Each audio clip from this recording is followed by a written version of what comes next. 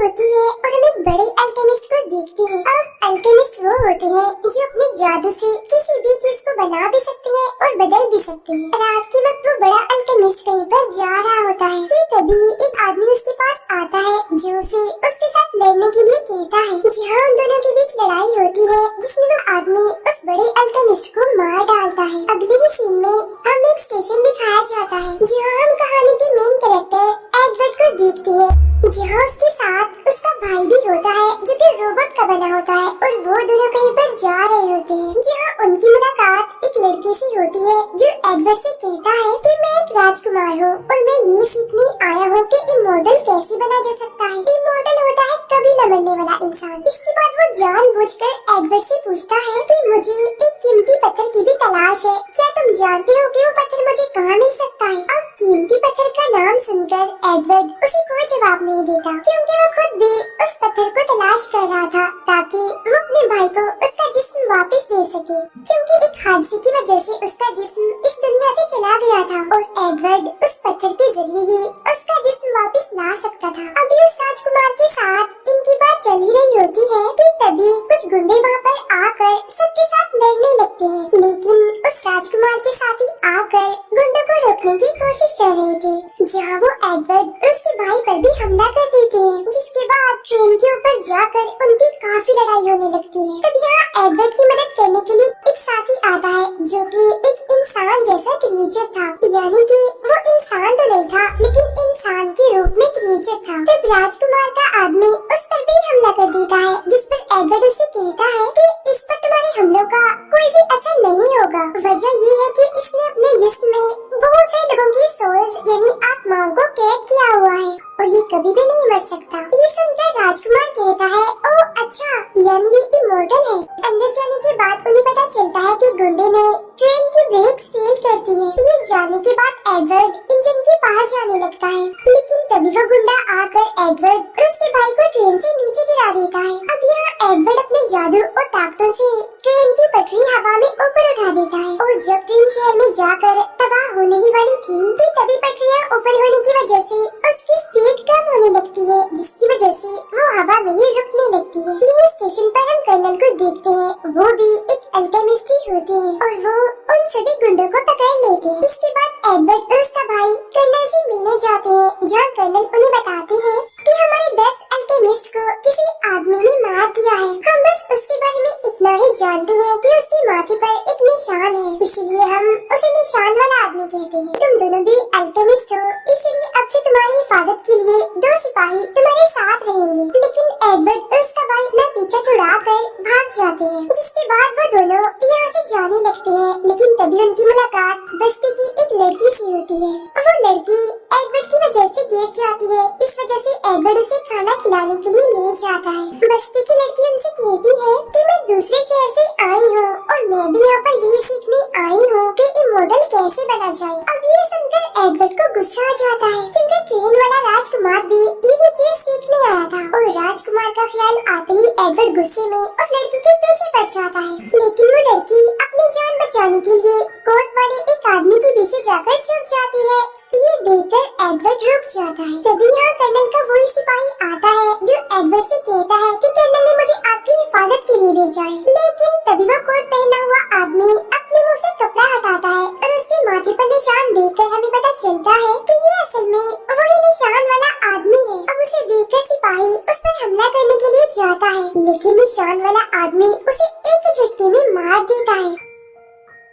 तभी यहाँ पर एडवर्ड का भाई भी आ जाता है और वो दोनों ही भाई यहाँ से भागने लगते हैं, लेकिन निशान वाला आदमी उन्हें अपने जादू से रोक लेता है और कहता है कि मैं यहाँ पर गॉड की तरफ से आया हूँ तुम सबको सजा देने के लिए, क्योंकि तुम जो भी कर रहे हो ना ये कुदरत के कानूनों के खिलाफ है। और अब देखते ही देखते इनके बीच काफी लड़ाई छिड़ जाती है, जिसमें एडवर्ड के भाई का एक हाथ टूट जाता है और एडवर्ड का भी एक हाथ जो मेटल का बना हुआ था निशान वाला आदमी उसे भी तोड़ देता है। इसके बाद निशान वाला आदमी उसे मारने वाला होता है कि तभी कर्नल कुछ सिपाहियों के साथ यहाँ पर आ जाते हैं। अब कर्नल के पास आग की ताकत होती है और वो अपनी ताकत का इस्तेमाल करके निशान वाले आदमी पर हमला करने की कोशिश करते हैं, लेकिन वो ऐसा नहीं कर पाते क्योंकि बारिश होने की वजह से वो आग के गोले नहीं बना पा रहे थे। इसलिए निशान वाला आदमी उन पर हमला करने के लिए आता है, लेकिन कर्नल की असिस्टेंट वहाँ आकर उन्हें बचा लेती है। तभी यहाँ एक और अल्केमिस्ट आता है और यहाँ उसके और निशान वाले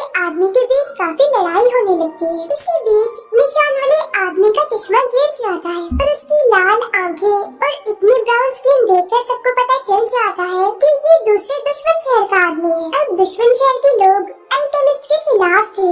अब देखते ही देखते इस मैदान में बहुत सारे सिपाही आ जाते हैं, जिन्हें देखकर निशान वाला आदमी जिसके पास बहुत ताकत थी वो उसे इस्तेमाल करके बहुत सारी जमीन तोड़ देता है और वहाँ से गायब हो जाता है। फिर एडवर्ड अपने भाई के पास जाता है जो काफी गुस्से में था और वो उससे कहता है कि तुम अपनी जान बचाकर यहाँ से भाग सकते थे, तो फिर तुम गए क्यों नहीं? तुम्हें याद है ना, हमने एक दूसरे से वादा किया था कि हम मेरे जिस्म को वापस लेकर आएंगे, लेकिन अगर आज तुम्हें कुछ हो जाता तो मैं अकेला जिंदा रहकर कुछ भी नहीं कर सकता था। कर्नल बताते हैं कि हमारे शहर और दूसरे शहर में बहुत दुश्मनी है, क्योंकि दुश्मन शहर का मानना है कि हमें कुदरत की हिफाजत और इसकी इबादत करनी चाहिए, यानी किसी भी चीज को बदलना नहीं चाहिए। लेकिन हमारे इस शहर में अल्केमिस्ट के जरिए बहुत सारी चीजें बदली जा सकती थी, लेकिन ये बात दुश्मन शहर को पसंद नहीं थी, जिस वजह से दिन ब दिन दोनों शहरों के बीच दुश्मनी बढ़ती चली गई। और फिर एक दिन हमारे शहर के एक आदमी ने दुश्मन शहर के एक बच्चे को गोली मार दी, जिस वजह से दोनों शहरों के बीच में जंग छिड़ गई। काफी सालों तक ये लड़ाई चलती रही, लेकिन हालात ठीक नहीं हुए, जिसके बाद हमारी गवर्नमेंट ने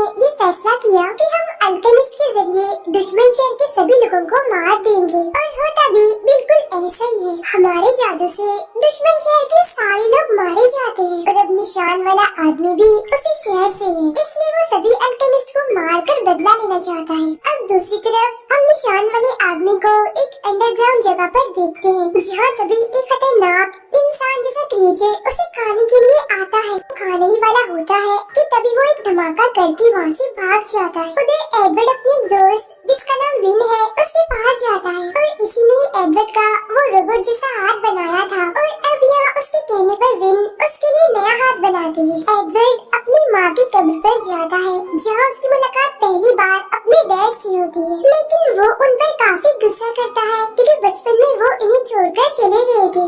निशान वाला आदमी धमाके की वजह से जख्मी हो गया था, जिसका इलाज वो बस्ती वाली लड़की कर रही थी। एडवर्ड आता है जिसे विन की मेल बताती है कि हमारे शहर में जंग होने वाली है, इसीलिए तुम रेगिस्तान के पास एक इलाके में जाओ क्योंकि तुम्हें वहाँ पर हथियार मिल सकते हैं लड़ने के लिए। मेल की बताई हुई जगह पर आता है, जहाँ कुछ लोग आकर उस पर हमला कर देते हैं। तब इतनी ही देर में एक बूढ़ी औरत आती है और वो उन सबको लड़ाई करने से मना करती है। उधर निशान वाले आदमी से मिलने के लिए उसके मास्टर आते हैं, जिसे कहते हैं कि तुम अल्केमिस्ट को बदला लेने के लिए मार रहे हो, लेकिन तुम ऐसा कब तक करोगे? तुम्हें खुद को रोकना ही होगा। लेकिन निशान वाला आदमी काफी गुस्सा होता है और वो इस बात को मानने से साफ इनकार कर देता है।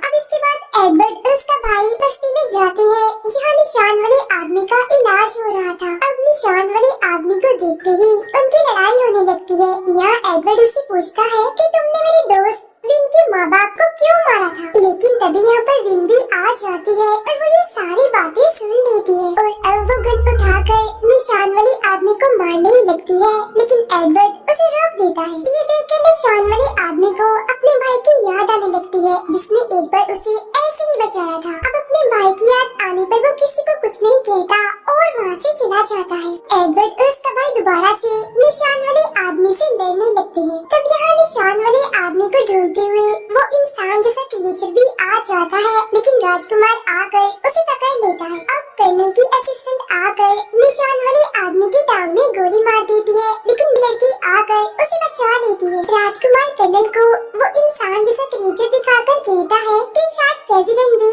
इंसान के रूप में एक क्रिएचर है, क्योंकि उसकी आँख में मैंने वो निशान देखा था जो हर इंसान जैसे क्रिएचर की आँख में होता है। उधर प्रेसिडेंट एक आदमी के पास जाते हैं और कहती है कि कर्नल की मदद से अब उस रास्ते को खोल सकते हैं। अब हम बस्ती वाली लड़की को देखते हैं जो अपने जादू से निशान वाले आदमी की टांग को ठीक कर देती है। फिर कर्नल एडवर्ड से कहती है कि जंग के दौरान एक अल्केमिस्ट ने उस निशान वाले आदमी के साथियों पर हमला करके उन्हें मार दिया था और उसी हमले में ही निशान वाले आदमी की भी मौत हो गई थी और उसका एक हाथ भी काट दिया गया था। लेकिन फिर उसके भाई ने अपने जादू से दोबारा निशान वाले आदमी को जिंदा कर दिया और अपना हाथ भी उसे दे दिया। यहाँ एडवर्ड का भाई बस्ती वाली तमाशा करता है, जिससे उसे पता चल जाता है कि उसने निशान वाले आदमी को कहाँ रखा हुआ है। जिसके बाद एडवर्ड और उसका भाई वहाँ जाकर उससे लड़ने लगते हैं और उसे पकड़ लेते हैं। इतनी ही देर में कर्नल, उनकी असिस्टेंट और विन भी यहाँ पर आ जाते हैं। यहाँ विन को पता चल ही जाता है कि निशान वाले आदमी ने ही